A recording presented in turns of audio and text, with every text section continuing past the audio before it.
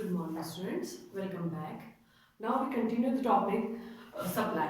हमने जो chapter start किया था सप्लाई, हम उसको कंटिन्यू करने वाले हैं. आपको जो है हमने शिफ्टिंग इन सप्लाई कर्व और मूवमेंट्स इन सप्लाई कर्व जो है वो हमने पढ़ लिया था. इसके बाद इसकी कॉजेज देखे थे कि भाई अगर शिफ्ट होता है तो बिना प्राइस में चेंज हुए शिफ्ट कैसे हो सकता है, जबकि हमने जो रिलेशन पढ़ा है सप्लाई में, यानी लॉ ऑफ सप्लाई में जो हमने रिलेशन देखा है वो तो हमने प्राइस और सप्लाई का देखा है. तो अब ये चेंजेस कैसे आता है वो सब चीज़ें हमने पढ़ ली. इसके बाद आपकी बुक में जो है कुछ डिफरेंसेस दे रखे हैं जो बहुत इंपॉर्टेंट है.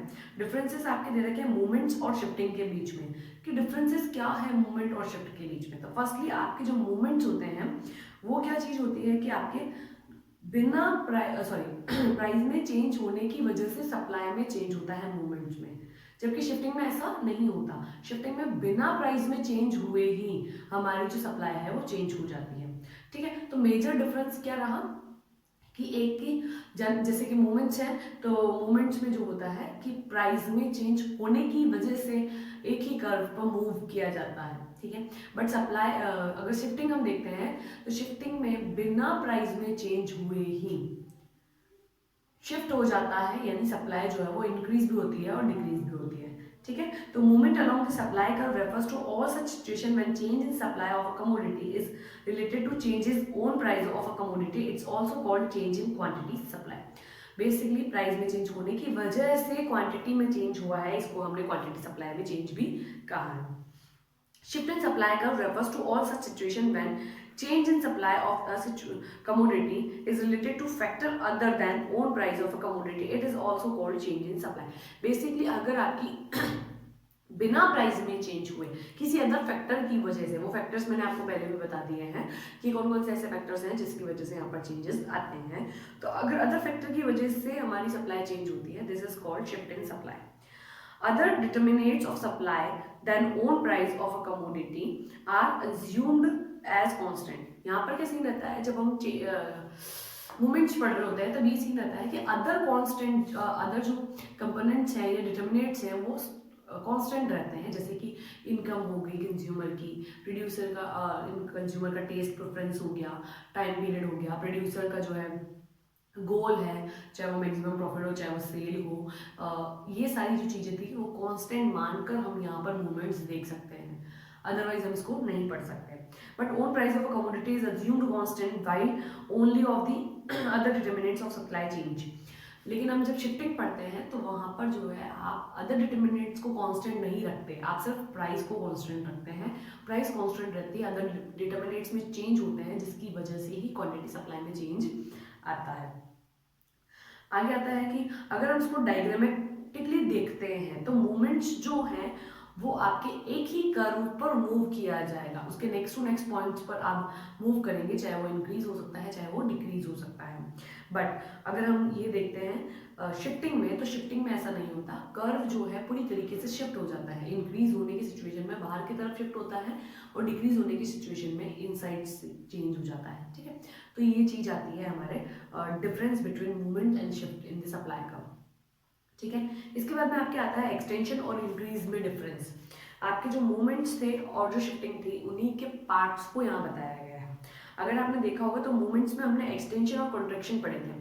ठीक है, और अगर आप देखते हैं सप्लाई शिफ्टिंग में, तो शिफ्टिंग में हमने इंक्रीज और डिक्रीज पढ़ा. तो इंक्रीज और एक्सटेंशन दोनों एक ही सिचुएशन थी, बट दोनों में ही क्वांटिटी सप्लाई इंक्रीज होती है. बट एक में जो है प्राइस की वजह से होती है और एक में प्राइस की वजह से नहीं होती है, अदर डिटर्मिनेंट्स की वजह से होती है. तो यहाँ जो डिफरेंसेस है उसको हम देख लेते हैं.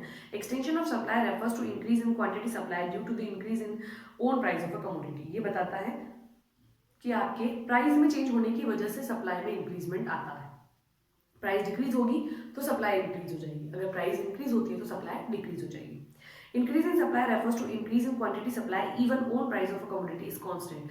हम ये मान के चलते हैं कि इंक्रीज में जो होता है प्राइस कांस्टेंट रहती है, उसके बाद भी सप्लाई में चेंज हो जाता है. वो किसकी वजह से होता है वो हमने पढ़ लिया, अदर डिटर्मिनेंट्स के चेंज होने की वजह से ऐसा होता है.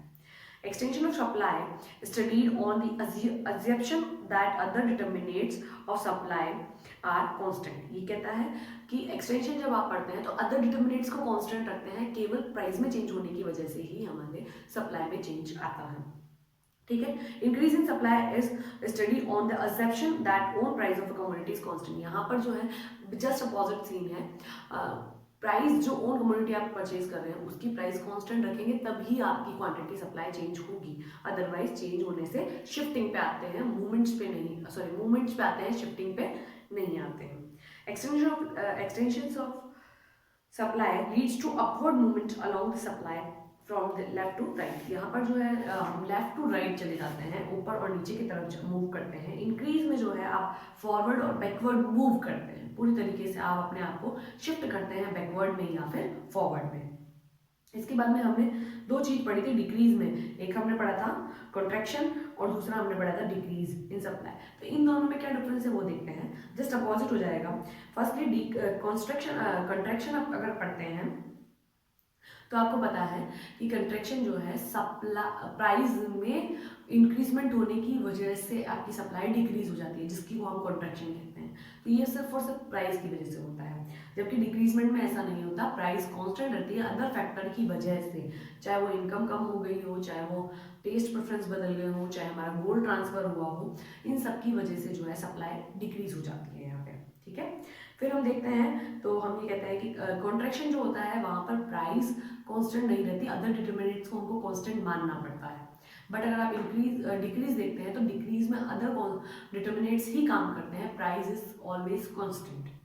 ठीक है, अगर हम इसका कर्व देखते हैं तो मूवमेंट्स में जो है आपका नया कर्व कभी भी नहीं आता, यानी चेंज इन, अगर हम कहते हैं कि कॉन्ट्रैक्शन है तो उसमें नया कर्व नहीं आता, आपकी जो है प्राइस डिक्रीज होने की वजह से आप नीचे वाले पॉइंट पर शिफ्ट हो जाएंगे और उसी कर्व से आपको क्वांटिटी सप्लाई कम नजर आने लग जाएगी। ठीक है, और डिक्रीज में ऐसा सीन नहीं होता, डिक्रीज में जो है केवल और केवल अदर डिटरमिनेंट्स काम करते हैं, प्राइस कांस्टेंट रहती है, उसके बाद आपका कर्व अंदर की तरफ शिफ्ट हो जाता है, जो बताता है कि आपके जो है डिक्रीज हुई है quantity supply because of other determinants, not for price.